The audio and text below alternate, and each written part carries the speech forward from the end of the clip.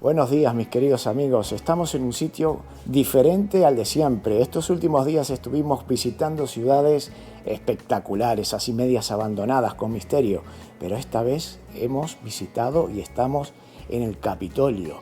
Aquí es donde se mueve todo, donde se asa todo. Como le dicen aquí, hay un dicho en inglés, que aquí es donde se asan los chorizos. Así que vamos a presentarles a un chico que ustedes, si saben inglés, genial, pero si no saben, pueden darle al botón de Translate, donde le van a traducir todo y pueden escuchar lo que se dice también en español. Yo trataré de ayudarles a ustedes. Así que vamos a presentarles aquí al señor Austin, como la capital, Austin, Texas. Like Austin, Texas. Austin. Hello, hello. He's going to speak English only. If you want to see it in Spanish, you can press the button. There's a button down and you can press it and see all the translation in Spanish. This gentleman is going to show me the capital city and he's going to talk about West Virginia. And my first question, Austin, is what do you do here in this place? Well, I'm Austin Gessel. I'm the Special Assistant to the West Virginia Attorney General's Office. I love my position. I am a constituent service, so what I do is I help the people of West Virginia. You know, they call and I help with any type of assistance they need. Why do you think a lot of people perceive that West Virginia is one of the poorest states in the United States? So when I graduated college back in 2021, the first thing my generation said was, I can't wait to leave this state. That's a shame. I think that the number one thing, the biggest issue in West Virginia is the lack of people knowing what kind of jobs are out there. This place is the best kept secret for a reason. And I hate that it's a secret, it should no longer be a secret. This place has a lot of opportunity and it has a lot of positions for people to really start going up in life. Only 2% of the population comes from Latin America. Do you think that you need more immigrants in this state or you have enough people to work? Well, we'll always accept legal immigration, that's for sure. I mean, the problem West Virginia is we are losing population. We're one of the few states that are actually losing population. So with people coming in West Virginia, we need jobs filled here. We need legal immigration here, absolutely. We welcome and accept everyone. I've been walking on the streets and I've seen so many stores saying now hiring. It's not easy to find workers. What do you think about illegal immigration? Well, illegal immigration, I do agree with the idea of Trump saying to shut down the border. Legal immigration, I completely support. I think the biggest problem in West Virginia is actually a fentanyl crisis, the drug crisis, and that's actually originating from open border. So it's coming from China down to Mexico up to here, and it is becoming a big problem here. And a lot of people here in West Virginia are actually drug addicts, and it's a shame. So a big problem with a lot of the job fulfillment and a lot of issues we have is actually from the open border policy that's happening right now. American flag has to be on the left. Yes. And the state flag on the right. Yeah, so flag etiquette is no matter what, on the left side, if you're sitting here, the left side or the right side of the person talking is the American flag, and then the other side is the state flag, and I'll show you West Virginia's state flag. Now, Montani Sempre Libre means mountaineers are always free. You know, we're a freedom state.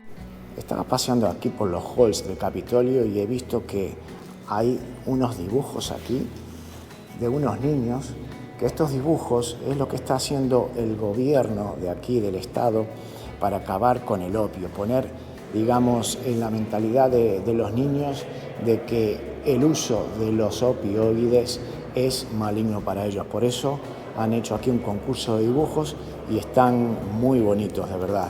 Pero no lo podemos mostrar porque aquí ponen los nombres y tal, y no me lo dejan mostrarlo.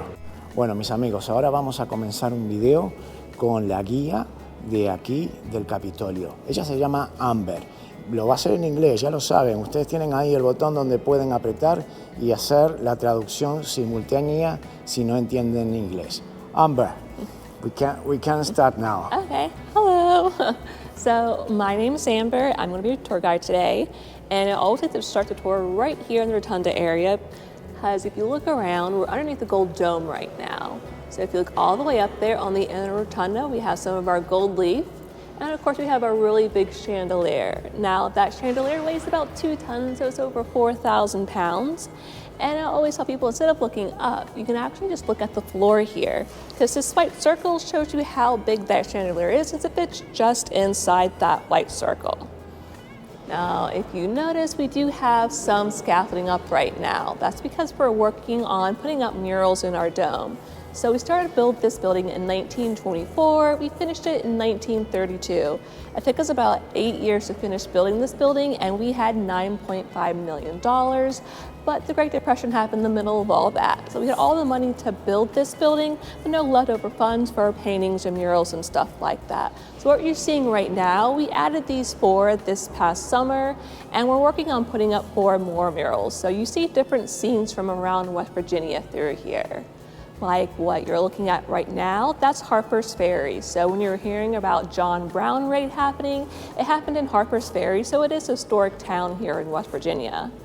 Now over on the right-hand side, we have the Battle of Philippi. That's believed to be the first land battle that happened here in West Virginia during the Civil War. And of course, we came out of the Civil War and became the 35th state. Now the next one you see, that is Seneca Rock. So you see different cultural traditions of West Virginia. Like on the left-hand side there, we have glass blowing, we have quilt making, we have music, so bluegrass music, stuff like that. And then the last one you'll see, now that's the updated version of West Virginia seal. So of course on the original seal we have the miner and the farmer on there. What you're seeing up there right now is different variety of people representing West Virginia. And of course the background goes from past to present day West Virginia. Is that Abraham Lincoln? It looks like it's Abraham Lincoln, but that's actually our first governor, and his name is Arthur Borman. He just looks a lot like Abraham Lincoln. So what we're going to do right now is actually go down this hallway. It's known as our Hall of Governors. With our first governor, Arthur Borman, it goes all the way down toward the East Wing, and it wraps back around to Robert Ellsworth Wise. So let's go that way so we can talk about our past Capitol buildings. Rockefeller, because of the family he's attached to, of course. And we're coming up on Cecil Underwood over here. People always remember him as being both our oldest and our youngest governor. He served 2 terms, but he served them separately, so he gets 2 portraits, and that's his second one. And this is the first governor I was talking about, Arthur Borman. That's the one everybody mistakes as Abraham Lincoln. Yeah, it looks like. So we're just going to go down here and we'll go to each one of these pictures and we'll talk about our past Capitol building, and we'll start over here at Wheeling, West Virginia. Now this is a picture of our first Capitol building, and it doesn't really look like one because Lindsay Institute, they owned it and they were an all-boys military school. So they just let us borrow this building to use their past Capitol building. Now, if you guys go to the State Museum today, one of the offshoot rooms you can see inside the museum is called the Independence Hall Room. Now, that building was located in Wheeling, and it's an important building to us because inside that building is where the decision to make West Virginia the 35th state happened. So if you visit the museum today, definitely check out that room. Now in 1870, the City Council of Charleston went to the government, offered to give them $50,000 to build a new Capitol building, and they said yes. So we made the move from Wheeling, West Virginia, over to Charleston, West Virginia. Now this was located in downtown Charleston, so it was on the corner of Capitol and Lee Street. But Charleston was a very small city back then, so we were only in this building for just 5 years. So when you're looking at the picture, you can see we only had dirt roads in Charleston, not a lot of gas lamps going up and down those roads, and most importantly, not enough hotel rooms in order to house everybody in the government back then. So after just 5 years, a businessman from Wheeling went to the government, offered to give them a new Capitol building, said they're going to build it bigger than what they currently had, and they said the magic word, free, they were going to pay for everything. So we made the move from Charleston, West Virginia, back to Wheeling, West Virginia. Now, this is a new building they built in Wheeling, and we were in this one from 1875 to 1885. And of course, by this time, we were known as having a floating capital. We were going from Wheeling to Charleston, Charleston back to Wheeling, using steamships and barges, transporting everything up and down the Canal River. So we decided to have a vote having a permanent capital here in West Virginia, and we voted on 3 cities. So it was Martinsburg, Clarksburg, and Charleston, West Virginia. Notice I did not mention Wheeling. Now that's because Martinsburg and Clarksburg, while they're not as northern as Wheeling, they were nowhere near as southern as Charleston. So it broke the Wheeling vote. 41,000 people voted for Charleston, and we made the move from Wheeling back to Charleston. Again, okay, how far is Wheeling from Charleston? So we have a panhandle, sorry for the noise. We have a panhandle that sticks straight up from West Virginia. It's in the center of that panhandle, so it's in one of the most northern parts of the state. Now, this is the new Capitol building we built in Charleston because we actually tore down that old one in order to build this new one. But if you go to downtown Charleston, you're not going to find this building. You'll see a little sign telling you where it used to be because in 1921, there was a fire that started in an attic of that Capitol building. Now, that fire wasn't really the problem. The problem was it was during our Cold War years. So think about it, when outside forces are coming in, they have guns, ammunition, weapons. Where are you going to store all that stuff? We put it inside the Capitol building because nothing bad ever happens to capitals, right? Well, that fire happened, it triggered a series of explosions, and we lost this building in 1921. Now, what you're standing in is not the 5th building we've had, it is actually the 6th building. After 42 working days, a couple streets down from that one, we built a temporary Capitol building called the Pasteboard Capitol. Now, unfortunately, we just built it in 42 working days, so 6 years went by, an electrical fire happened, and that one ended up burning down too. So we've kind of had some bad luck with our past Capitol buildings. So we're in the governor's reception room. As you can tell, we still have a press conference set up because the governor every 2 weeks does an update to tell West Virginians what's happening in the state. And of course, we have a giant statue of Baby Dog. She is an English bulldog, the governor's dog, and she's beloved here. So she gets a giant statue of herself. And we have 2 more of our governor's portraits in here. So we have Joe Manchin and we have Earl Ray Tomlin. So they're the most recent former governor's portraits, so they get their pictures in here. When Jim Justice is done, he gets his own picture, and then Joe Manchin will be moved out there to the Hall of Governors.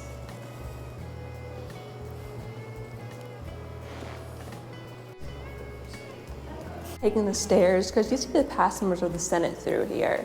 So we have some of the past members over here, the rest are down the hallway, and then the display cases are the past Senate presidents.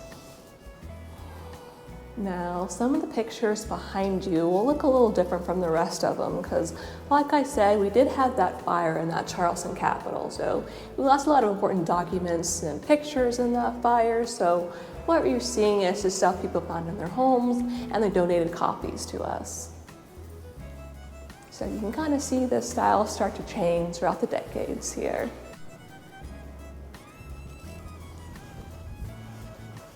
And if you want, we do have a book here. It's free to take that tells you the history of the building and has great pictures of the Capitol inside there. So this is the Senate chamber.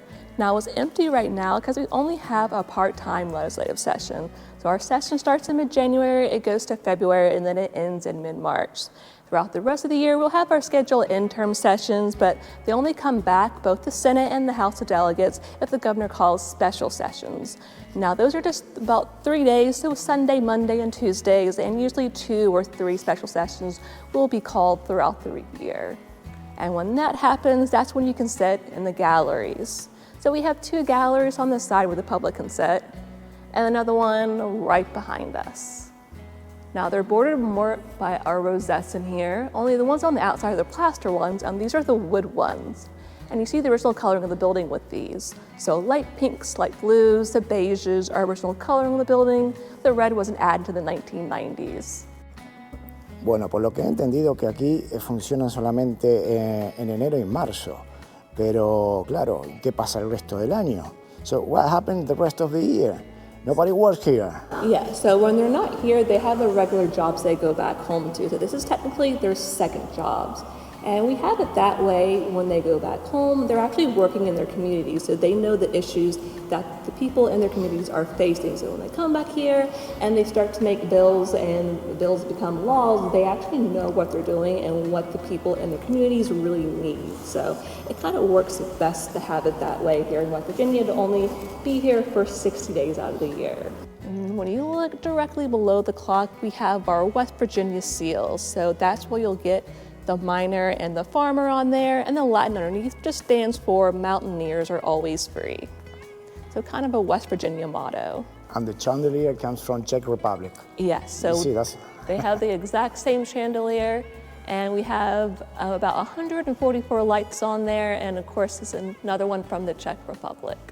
Bien, mis amigos, voy a despedir a Austin, que tiene que trabajar, seguir trabajando, pero él tiene unas palabras para decirles. Austin, what do you have to say about West Virginia? West Virginia is a definite hidden gem. You know, a lot of people my age in West Virginia, what they want to do is they want to say, well, let's go somewhere else for better opportunity. But there is opportunity here. You know, people my generation, we need to be ambassadors and really grow the state. We need to stay here and protect the state, defend the state, and really grow it. It places home, you know, almost heaven. The plan is probably forever. My wife and I just bought our first house a couple months ago. Our foregrounds are here, our roots are here. You know, this place is too great not to leave it. Okay, that's great. Thank you very much. Thank you, Austin. I appreciate it. Thank you. Mis amigos, desde las márgenes del río Canagua, quiero cerrar este video, pero no sin antes decirles lo que me ha parecido este tour que nos ha dado el amigo Austin y la chica que se llama Amber, ahí sobre lo que es el Capitolio de Charleston. Han visto, ¿no?, lo que cobran estos señores, los políticos de aquí, los senadores. Cobran aproximadamente unos 30.000 al año. No sé si lo mencionaron en el video, creo que no, pero se los digo yo. Unos 30.000 al año es el sueldo mínimo lo que cobran, porque ellos solamente vienen los días de enero y de marzo. Algunos de esos días no trabajan todo el año, sí que tienen sus cosas por fuera. Ellos pueden tener su trabajo por fuera. Aparte del salario de aquí, pueden ganar su dinero en sus profesiones. Hay de todo tipo, ya lo dijo la chica. Dijo abogados, dentistas, médicos, otros que trabajan en las minas de carbón, de todo tipo. Pero no es como donde conocemos nosotros, que, claro, ahí los políticos se dedican solamente a eso. Estas personas aquí no necesitan del dinero para hacer su política. Ellos viven con ese salario mínimo y después pueden trabajar fuera. Por eso, yo no sé, lleva 200 años esta democracia y funciona. Y las nuestras de por ahí tienen sus altibajos, ¿no? Ahí entra un gobierno, sale otro, cambian todo, dejan lo que hicieron los demás. No funciona como aquí. Aquí en Estados Unidos, por lo visto, las cosas funcionan a su manera, pero funciona. Mis amigos, no los entretengo más. Espero que les haya gustado. Fue un video diferente y nos vemos en uno próximo. Se me cuidan, aquí desde West Virginia. Un abrazo. Gracias a ustedes.